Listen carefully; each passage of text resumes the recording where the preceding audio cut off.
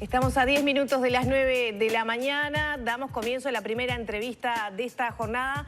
Recibimos al senador del Frente Amplio, Mario Vergara. Hay varios temas para conversar. Ustedes saben, están comenzando los primeros movimientos políticos de cara a las próximas elecciones. El Frente Amplio ya ha dado algunos de ellos en las últimas semanas, pero también hay otros temas de actualidad para abordar. Bienvenido, Vergara, ¿cómo anda? Muy bien, un gusto estar con ustedes nuevamente. Bueno, ¿cómo está viendo la interna del Frente Amplio estos movimientos? Hay dos sectores que ya se pronunciaron a favor de Orsi. ¿Se están adelantando? No, yo creo que, bueno, todo el mundo ya está un poco con un ojo puesto en lo que es un proceso electoral que se está iniciando. Pasa en el Frente Amplio, pasa en el Partido Nacional, en fin. Por lo tanto, no es que sea ni adelantamiento ni sorpresa, es un proceso que es bastante esperable. Y creo que es muy sano para el Frente Amplio que empiece ya un poco a ir dirimiendo quiénes van a ser los posibles precandidatos para la interna del Frente, porque el Frente Amplio tiene previsto un congreso que es programático, o sea, donde se va a aprobar la formulación programática que el Frente va a poner a consideración de la ciudadanía el año que viene, y también ese congreso suele avalar a las precandidaturas que van a competir en las internas de junio. Y ese congreso, bueno, todavía no tiene fecha definida, pero será en el entorno de noviembre. Por lo tanto, ya estamos camino a abril, ¿verdad? Es razonable que vayan definiendo un poco las posibilidades para llegar con un tiempo de trabajo también político a ese congreso. Usted ha recorrido el interior del país, ha participado de diferentes fiestas tradicionales también por el interior. ¿Qué percepción tiene? Que usted va en representación de alguna manera de convocatoria sereñista. Así es. La idea es presentar un candidato, que podría ser usted en ese sentido, por parte de diferentes agrupaciones que le integran, o dar apoyo, por ejemplo, a Yamandu Orsi, se maneja el nombre de la intendenta de Montevideo, entre otros. Bueno, es un tema que está en proceso. La definición va a ser de convocatoria, o sea, no va a ser de algunos grupos, sino de convocatoria sereñista en su conjunto. Nosotros tuvimos, creo que lo hemos conversado en esta mesa, en el mes de octubre, un encuentro nacional, el primer encuentro nacional de convocatoria sereñista, en donde tomamos algunas definiciones de carácter político electoral. Una fue que claramente vamos a ir juntos en la elección de 2024, tanto a nivel nacional, para Senado, como para cada uno de los 19 departamentos a nivel de diputados, que es una definición política importante. Y también que estábamos trabajando para la construcción de una precandidatura propia de convocatoria, en el entendido de que convocatoria sereñista es una pata importante del Frente Amplio, una sensibilidad que es diferente de otras en el Frente, la que está alrededor del MPP o alrededor del Partido Comunista. Bueno, el espacio sereñista es una tercera pata importante en lo que es la estructura del Frente, y valorábamos la importancia de que tuviera una expresión electoral en la interna del Frente. Ahora, la definición de la precandidatura eventual de convocatoria sereñista la vamos a tomar en un segundo encuentro nacional que tendrá lugar seguramente por esa en abril. vía, ¿no? ¿Cómo? ¿Se va más por esa vía? Es una posibilidad, una posibilidad que es lo que está sobre la mesa, que es justamente la chance de tener una precandidatura propia de convocatoria, en el entendido de que los frenteamplistas tienen que tener el abanico de sensibilidades para sentirse representado, para sentirse reflejado, ¿verdad? Cada frenteamplista tiene que tener la chance de verse representado en alguna opción también en el terreno electoral. Ni que hablar que una vez pasada la interna, todos y todas vamos a ir atrás de la candidatura y la fórmula que se defina. Pero en esa instancia de interna entendemos que le hace bien al Frente Amplio que todos se sientan representados con su sensibilidad dentro del Frente Amplio, y eso además es lo que apuntamos contribuya de mejor manera a que el Frente Amplio gane la elección, porque para nosotros el objetivo central es que el Frente vuelva al gobierno. Una cosa es la interna del Frente Amplio y otra cosa es también conquistar esa porción, ¿no?, que marcan las encuestas, que van a ser los que van a inclinar la balanza para un lado o para el otro en las próximas elecciones. Así es. ¿Qué puntos debería tocar el Frente Amplio para justamente dar ese paso? Bueno, el Frente está ahora en una elaboración programática. Justamente decíamos que en el Congreso, más hacia fin de año, vamos a estar aprobando ese programa. Y lo primero que hay que entender es que el Frente está elaborando un programa, primero discutido a nivel de todo el territorio. Los compañeros que lideran la comisión de programa, Ricardo Ehrlich, Álvaro García, están recorriendo todo el país con estas discusiones en distintos espacios temáticos. Y lo importante es entender que el Frente no pretende volver al gobierno para replicar o hacer lo mismo que se hizo en los 15 años anteriores. Nosotros reivindicamos en general lo hecho, creemos que el Frente en esos 15 años cambió el país, con más bienestar, más equidad, más derechos. Habrá alguna cosa que reconstituir, no lo dudo, pero sobre todo hay que abordar los problemas del 2025, que son bien distintos a los del 2005. El mundo es diferente, la región es diferente, el Uruguay, la sociedad uruguaya se relaciona de manera diferente, el mercado de trabajo es muy diferente, hay que pensar en los temas del empleo asociado a la innovación, a la tecnología, asociada a otros problemas que hoy tienen más peso sobre la mesa, el tema derechos, el tema ambiente, en fin, y la vida cotidiana de la gente, ¿verdad? Recuperar niveles salariales, recuperar pasividades, combatir entre todos, sí, el tema de la inseguridad. En fin, el Frente tiene que elaborar un programa que vuelva a convencer a mucha gente de que es la opción imprescindible para gobernar.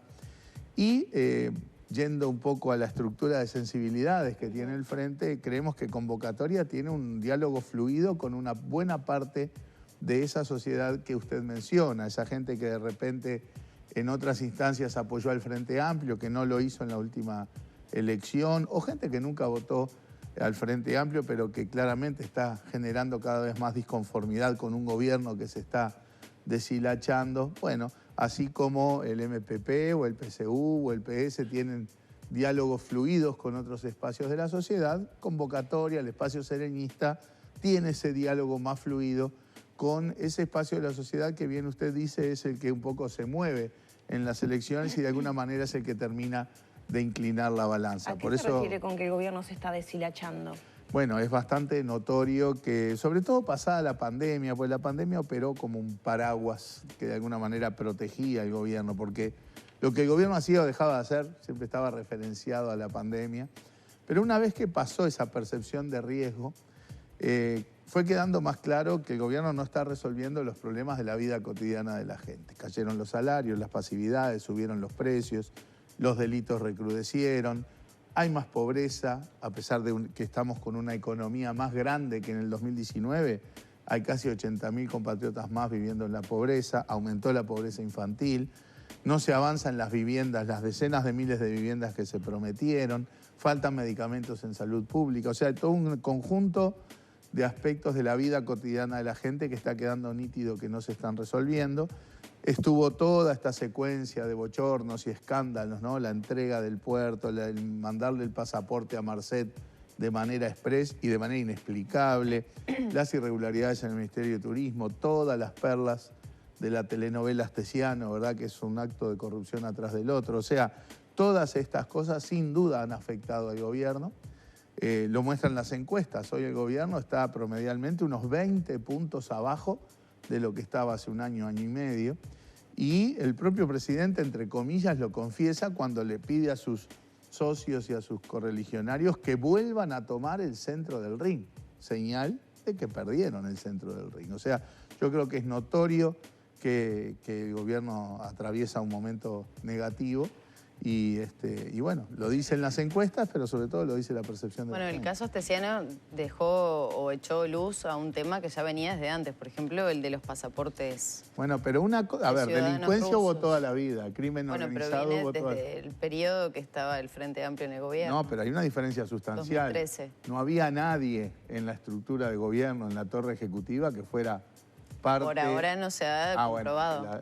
Bueno, el por ahora no es argumento. O sea, acá la diferencia sustancial no es que hay irregularidades o delitos que tienen que ver con pasaportes, con crimen organizado, con narcotráfico. No, eso es, obviamente es un proceso que no se inicia. Lo que sí es distintivo y relevante en este gobierno es que una figura muy importante, colocada por el presidente en un lugar de poder, a pesar de las advertencias que recibió el presidente con respecto a esta persona de parte de sus propios correligionarios, era quien orquestaba una asociación para delinquir ahí desde la torre ejecutiva. Que no ejecutiva. se pudo comprobar que efectivamente realizara alguna maniobra. Mirá, Astesiano Digo firmó porque para un acuerdo, informar... Astesiano firmó un acuerdo con la fiscal en donde confiesa 4 delitos. Asociación para delinquir era una. Asociación para delinquir, conjunción del interés público y privado, o sea, típico acto de corrupción, tráfico de influencias, querer incidir en licitaciones públicas, violación de secretos, o sea, son delitos asociados a temas de corrupción por los cuales ya fue condenado, así que no se puede decir se hizo o no hizo. Astesiano confesó, fue condenado y hizo un acuerdo con la fiscal. Y vuelvo a decir, es incomparable. El punto no es que antes había delitos, el punto es que la persona ahora, que estaba dentro de Torre Ejecutiva. Y una persona de gobierno designada políticamente por el propio presidente de la República, que lo colocó, vuelvo a decir, ahí en ese lugar de poder y de acceso a información y recursos de todo el Estado, que desgraciadamente lo utilizaba por dinero, ¿sí? Por dinero, para fines que evidentemente estaban lejos de la... ¿Está diciendo que el presidente sabía? No. Yo no. Nosotros nunca dijimos que el presidente era parte de la Asociación para delinquir, ni mucho menos, no. Lo que sí el presidente sabía eran las características de Astesiano, fue advertido de los antecedentes de Astesiano por correligionarios, por el propio secretario de Inteligencia del Estado, y aún así él decidió colocarlo en ese lugar. Nosotros no hablamos de que haya responsabilidades penales, pero sí hay responsabilidades políticas del presidente de haber colocado a esta persona en ese lugar. ¿Cómo ve todas las derivaciones del caso Astesiano, teniendo en cuenta todas las novedades que surgen desde Fiscalía y el oficialismo cuestionando decisiones como la que tomó el fiscal Gómez? Es raro porque el oficialismo también ha venido presionando en un montón de aspectos, procesos que claramente muestran que no tiene una vocación de transparencia. Me refiero al pasaje de algunos temas como el del puerto, por ejemplo, por el Tribunal de Cuentas, en donde hubo una clara presión de gobierno. El pasaje de denuncias vinculadas también al tema del puerto en la Comisión de Competencia del Ministerio de Economía y Finanzas, donde también claramente hubo una interferencia política. Temas en Fiscalía también. Yo creo que todo ese proceso que se caracteriza por una interferencia política excesiva en estos ámbitos es negativo, le hace mal a todos estos ámbitos. Le hizo mal al Tribunal de Cuentas, le hizo mal a la Comisión de Competencia y le hace mal a la Fiscalía todo este ruido que se ha generado. Este debilitamiento de la figura de la Fiscalía realmente es negativa para todos, desde el punto de vista de la institucionalidad. Sí, también para la clase política, por llamarla de alguna manera, de todos los colores, ¿no? Porque ahora parece haber un parteaguas que todos los miembros que han hablado de la coalición multicolor critican la decisión de haber apartado a Fossati del caso. Desde el Frente Amplio se señala como una medida que es injerencia del fiscal de corte. Ahora, por ejemplo, hoy es titular, se pide la renuncia del fiscal de corte, pero previamente no se habían puesto de acuerdo en general. Es curioso, ¿no? Es subrogante, ni siquiera es efectivo. No, claro. Es curioso porque parece que el hecho de criticar al fiscal de corte y pedir la renuncia del fiscal de corte no es presión. O sea, presión es cuando alguien que no es, que en el propio proceso, se solicita el cambio del... Primero, la propia fiscal en su momento había pedido, aparentemente en más de una oportunidad, ser separada del caso. Después, el pedido de separación lo hace un abogado en el marco de un proceso. No lo hace el Frente Amplio desde las bancadas o desde una declaración de la mesa política. Ahora, eso es presión, pero criticar al fiscal de corte, hace rato que el fiscal de corte es objeto de críticas de parte de la oposición, del gobierno, y pedir su renuncia, resulta que eso no es presión. Hay que ponerse de acuerdo, ¿no? Se ha dicho que la Fiscalía es un comité de base. Disparate, reverendo disparate. Son actos de desesperación política. Lo ato a la pregunta anterior. Todos vemos que el gobierno se está debilitando. Y bueno, y son manotazos de ahogados como otras cosas que están pasando en estos días, que claramente son absurdas y, creo yo, son manotazos de ahogados de un gobierno que está debilitándose. ¿Cómo qué cosas, por ejemplo? Lo de juicio político a Carolina Cose, una cosa totalmente absurda. Que nosotros pensamos que los senadores del gobierno, cuando llegó este tema tan desmedido, tan excesivo, porque si es por no responder pedidos de informe, tendríamos que dar juicio político a gente de gobierno todos los días, porque falta de transparencia. Le pongo algún ejemplo. El contrato del gobierno con Catón Nasí, tremendo contrato, un monopolio por 60 años, un negocio de más de 2.000 millones de dólares, el gobierno lo escondió hasta que no pudo más, porque lo pedimos varias veces y nunca lo mandó, y tuvimos que ir a un juez para que obligara al gobierno a que nos diera el convenio. O sea, si fuera por eso, imagínense el juicio político que tendríamos que hacer, muchísimo más grave de lo que está planteado en el tema de la intendencia, y que es claramente una utilización abusiva, excesiva, de una figura que hay que tratar con criterio y con respeto, que es el del juicio político. No estamos hablando de cualquier figura jurídica, ¿verdad? Y es claramente un exceso, una cosa absurda, es bien utilización de esa figura tan seria para un juego político menor. Y nosotros pensamos que era tan evidente esto que en el Senado el propio oficialismo iba sin hacer mucha alaraca, nadie le pedía facturar hacia quienes promovieron el juicio político, pero que podía haber terminado ese circo, ¿verdad? Bueno, lamentablemente lo reactivan, vuelve a quedar claro que es un absurdo y que es un exceso, y yo creo que tiene que ver con esto de, bueno, hay que hacer ruido porque hay cosas que se nos están desmoronando, entonces lo veo así, como ¿Entiende que el ataque a la intendenta de Montevideo viene para hacer una cortina de humo a otros temas? Esta reactivación del juicio político no descarto que sea parte de eso, de generar hechos que traten de soslayar cosas graves que están pasando, como el tema del caso Astesiano. ¿Comparte el traslado de Fossati de la Fiscalía? Eso es resorte del fiscal, la verdad que nosotros no tenemos mucho que opinar sobre eso. Bueno, pero la cuestionaron en reiteradas oportunidades, el accionar de la fiscal. En lo personal, yo nunca cuestioné el accionar de ningún fiscal.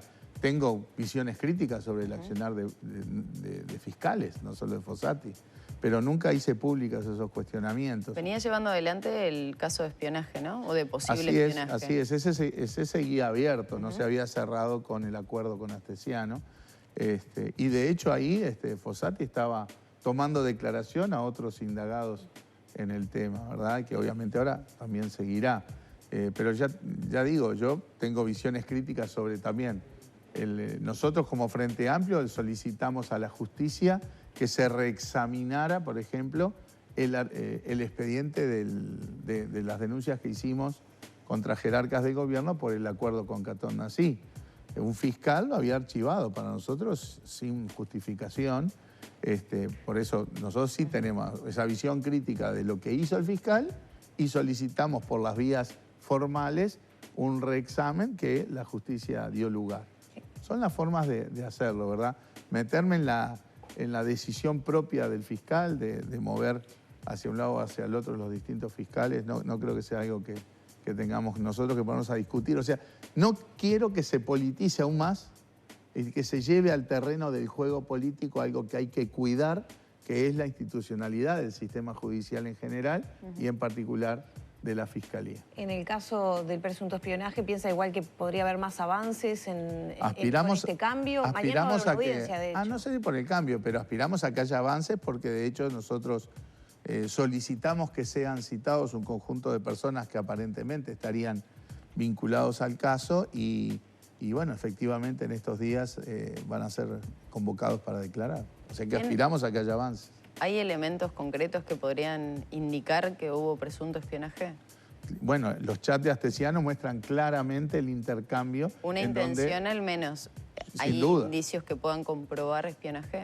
Y la razón, bueno, eso justamente está en la órbita de la investigación. Nosotros no tenemos mayor información de ese proceso. Eso es justamente la tarea del fiscal. Para la audiencia de mañana. Ver si todos los indicios que hay, que son los chats, que está el pedido, que está hasta la razón, ¿verdad? Que querían generar fichas de Charles Carrera y mías para extorsionarnos, presionarnos para que retiráramos la denuncia por el caso del Cantón Nací. Todo eso está, o sea, los indicios están. ¿Qué es lo que efectivamente? Que hay un pago. Hay gente, la gente vinculada a Vertical Skies que de alguna manera reconoció parte de estas cosas. O sea, indicios hay a patadas. Vamos a ver qué cosas se terminan de verificar y cómo sigue el caso. En la audiencia mañana usted no está convocado. No, ahí se están convocando a otras personas involucradas en el caso, pero no los denunciantes. Ya tenemos que cerrar, pero bueno, quería aprovechar para hacerle alguna pregunta sobre economía, cómo está viendo la marcha del país. Este año, bueno, vienen negociaciones salariales importantes. ¿Cómo ve los próximos meses? Bueno, nosotros tenemos una visión que no es muy distinta de la que el propio gobierno dio, de que se vienen años complicados. Este año y el que viene vamos a tener tasas de crecimiento relativamente bajas. Y tuvimos ahora también un proceso que perturbó todavía más los niveles de crecimiento que tuvo que ver, por ejemplo, con el tema de la sequía, que está afectando buena parte de la producción agropecuaria e incluso puso en riesgo la disponibilidad de agua para el consumo humano en algunos lugares. Es un tema que tenemos que abordar en conjunto, todos los partidos políticos, el tener políticas de prevención y de los impactos de esta sequía, porque ya las sequías empiezan a ser recurrentes, ya no podemos decir que la sequía nos agarra por sorpresa. Entonces tenemos que tener políticas más claras, porque se pierde mucho cuando hay una sequía, entonces hay que invertir para evitar eso. Hay una buena ley de riego del gobierno anterior que fue impulsada por el exministro Tabaré Aguirre, que creo que sienta bases claras para trabajar sobre eso. Pero bueno, ese es un tema que va a estar afectando el crecimiento. Después estamos en un contexto en donde creo que la gente percibe que su ingreso ha caído, ¿verdad? Que salarios y pasividades cayeron, que los precios han subido, que llegar a fin de mes es más difícil, que han aumentado niveles de pobreza. Lamentablemente sigue habiendo decenas de miles de compatriotas que tienen que ir a buscar un plato de comida, una olla popular. O sea, el panorama todavía es bastante complicado desde ese punto de vista y las perspectivas de crecimiento no son tan halagüeñas como para pensar que haya sobre todo cuando no hay políticas específicas que ayuden en esa dirección. Gracias por estos minutos, Vergara. Ha sido un gusto. Cerramos por aquí la entrevista con el senador del Frente Amplio, Mario Vergara, 9 de la mañana.